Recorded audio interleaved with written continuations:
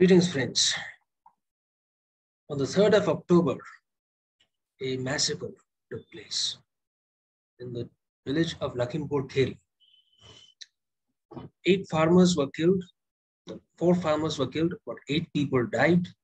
And the culprit, so far from what we have seen, is the son of the union minister, Ashish Mishra.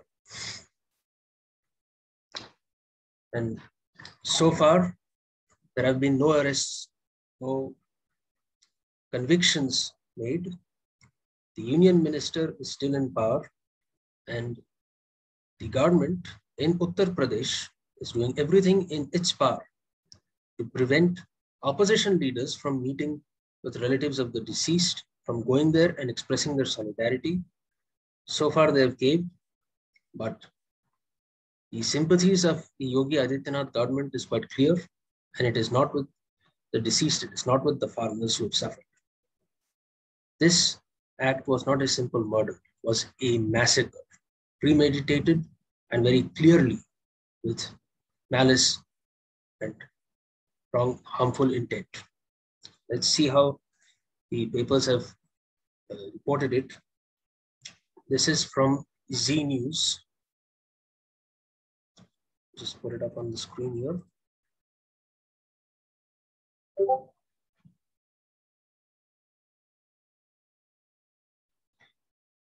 Lakhimpur Kheri violence, here's what led to the arrest of Union Minister's son, Ashish Mishra. Now this arrest, this preventive arrest only, happened only in response to sustained agitation by the farmers themselves and a fear of the government over there that the situation may actually go out of their control. Fact is that they caved when the people protested. His inability to respond to pointed questions about the sequence of events on the 3rd of October. And yes, the BJP has come out clearly in denial of the chain of events that have been alleged by the farmers. Their solidarity and support is with this man and this union minister, not with the people. The minister's son admitted the SUV had ran over farmers belonged to him. He maintained that he was not in it. His team said we had produced 158 images of the wrestling match. Every question he had one answer, I was not present. Not terribly convincing. Mishra was arrested a day after the Supreme Court reminded the Uttar Pradesh government that law must take its course against whoever is involved. It was only after the Supreme Court got involved that the wheels of justice started moving in Uttar Pradesh. Were it not for their intervention, that maybe nothing would have happened. And the Supreme Court only got involved because the farmers protesting there got involved. The people got involved, organized and agitated. Not arrest anyone on the basis of allegations. Of course, Chief Minister Yogi Adityanath, we know, is a arch reactionary, and some fear that he may be even worse than the Modi government, but that is for the future to see. Now,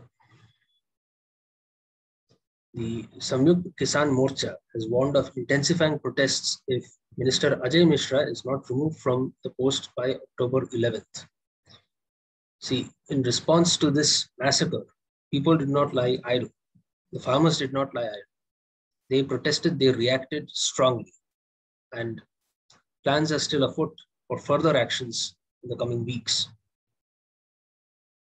Whether this ultimatum shakes them or not, it is unlikely that it would, but if it does, it is the only thing that might actually guarantee peace in that region. Political context here is important. The Uttar Pradesh elections are near, and Yogi Adityanath and his government is beleaguered. It is attacked from all sides. There is resentment. There is a growing anger towards the government about how it is handling the farmers' protests. If this particular incident may trigger further reactions. There is a reaction against his actions in clamping down against the CAA protests and how he has handled the COVID situation over there.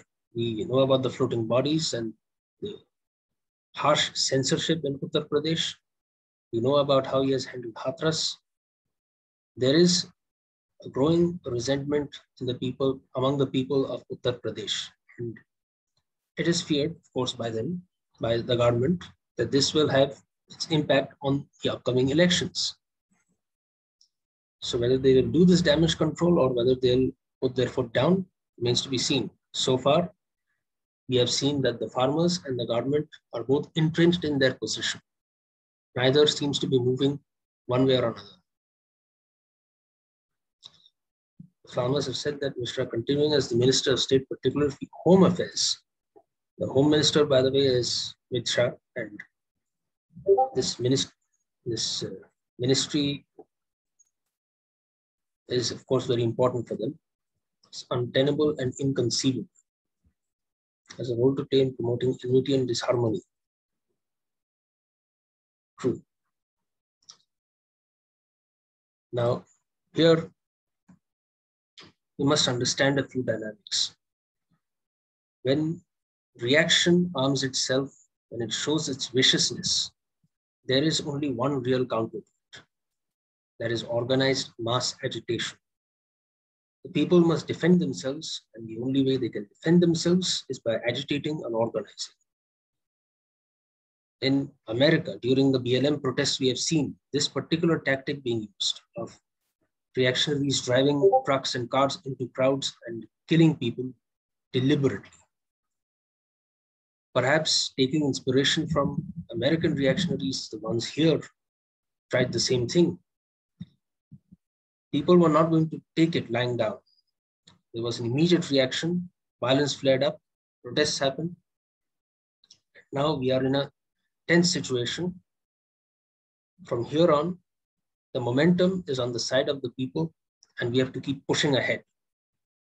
The reactionaries are not forgiving, they're not merciful, they are vicious, and giving them an opportunity to recuperate or even rest for 1 second is out of the option.